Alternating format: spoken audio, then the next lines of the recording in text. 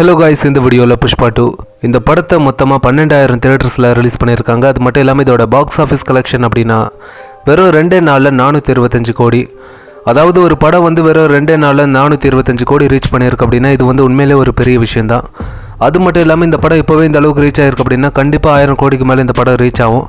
சரி, இப்போ இந்த படத்தோட கதை அப்படின்னா இந்த படத்தோட கதை எங்கேருந்து ஆரம்பிக்குது அப்படின்னா பார்ட் 1ல் புஷ்பாக்கும் ஃபஹத் ஃபாசிலுக்குமே கடைசியாக ஒரு மோதல் ஏற்பட்டு அந்த மோதலால் இவங்க 2 பேருமே எதிரிங்களான மாதிரி காட்டுறாங்க. அதை அப்படியே செகண்ட் பார்ட்டில் கண்டினியூ பண்ணுறாங்க. இப்போ ஃபஹத் ஃபாசில் அந்த பகையால் புஷ்பாவோட ஓவர்லோடையும் நம்ம எப்படியாவது தடுத்து நிறுத்தணும் அப்படின்னு சொல்லிட்டு இவர் முடிவெடுக்கிறாரு. அதாவது இவர் இந்த பிளான் போடுவார். அந்த பக்கம் பார்த்தீங்கன்னா புஷ்பா 2000 டன் இருக்கக்கூடிய ஒரு கண்டெய்னரை நம்ம ஈஸியாக மூவ் பண்ணணும் அப்படின்னு அவர் ஒரு பக்கம் பிளான் போடுவார்.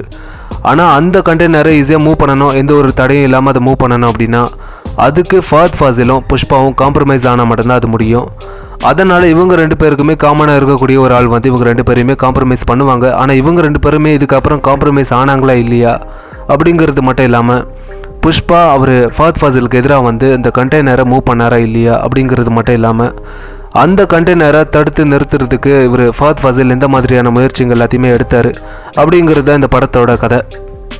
இப்போ இந்த படம் எப்படி இருந்துச்சு அப்படின்னா என்னை பொறுத்த வரைக்கும் இந்த படத்தில் ஃபர்ஸ்ட் ஹாஃப் நல்லா நீட்டாக கொண்டு போனாங்க. எந்த ஒரு இடத்துலையுமே லேக் இல்லாமல் நல்லா சூப்பராக கொண்டு போனாங்க. ஆனால் அப்படியே செகண்ட் ஹாஃப் பார்த்தீங்கன்னா கொஞ்சம் போர் அடிக்கிற மாதிரி தான் இருந்துச்சு. அது ஒரு வேளை இந்த டியூரேஷனாக கூட இருக்கலாம். அதுக்கான காரணம் ஏன்னா 3 மணி நேரம் படம் ஒரு இடத்துல உட்காந்து பார்க்க வச்சு கொஞ்சம் போர் அடிக்கிற மாதிரி இருந்திருக்கலாம்.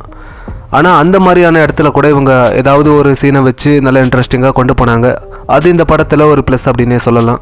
அப்புறம் இந்த படத்தில் இந்த பாட்டு டான்ஸ் அப்படின்னா டான்ஸ் எல்லாமே நல்லா இருந்துச்சு, நல்லா சூப்பராக பண்ணியிருந்தாங்க. ஆனால் இந்த பாட்டு அப்படின்னா ஒரு பாட்டு நல்லா இருந்துச்சு, மிச்சம் எல்லாமே மொக்கையாக தான் இருந்துச்சு.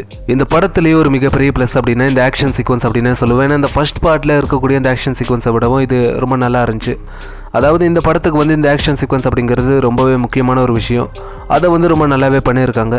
இதில் இன்னொரு விஷயம் என்னென்னா அல்லு அர்ஜுன் இந்த படத்தில் ஹீரோவாக இருந்தாலும் அவரோட அந்த பர்ஃபார்மன்ஸ் ஃபஹத் ஃபாசிலோட பர்ஃபார்மன்ஸ்க்கு ஈக்குவலாக இந்த ஸ்க்ரீனில் தெரியல அப்படின்னு சொல்லுவேன்.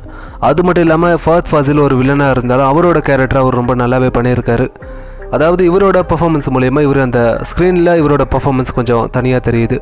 அப்புறம் இந்த படத்தில் வரக்கூடிய இந்த டைலாக்ஸ் எல்லாம் நல்லாயிருக்கு. அது மட்டும் இல்லாமல் இப்போ இந்த படத்தில் உள்ள இந்த பாசிட்டிவான விஷயங்கள் எல்லாத்தையுமே பார்த்தாச்சு. இப்போ நெகட்டிவான விஷயங்கள் அப்படின்னா வெறும் 2 விஷயந்தான்.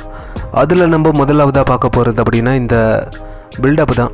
புஷ்பா பார்ட் 1ல் கூட நம்ம இந்த அளவுக்கு பில்டப்பை பார்த்துருக்க மாட்டோம். ஆனால் இந்த பார்ட் 2ல் இந்த பில்டப் தான் அதிகமாக இருக்குது. அப்புறம் இந்த டியூரேஷன், மொத்தத்தில் இந்த படத்தில் இந்த டியூரேஷன் அப்புறம் இந்த பில்டப் இது 2த்தையுமே ஒதுக்கி வச்சுட்டு இந்த படத்தை நீங்கள் காசு கொடுத்து தியேட்டரில் ஒரு வாட்டி இந்த படத்தை நீங்கள் கண்டிப்பாக பார்க்கலாம்.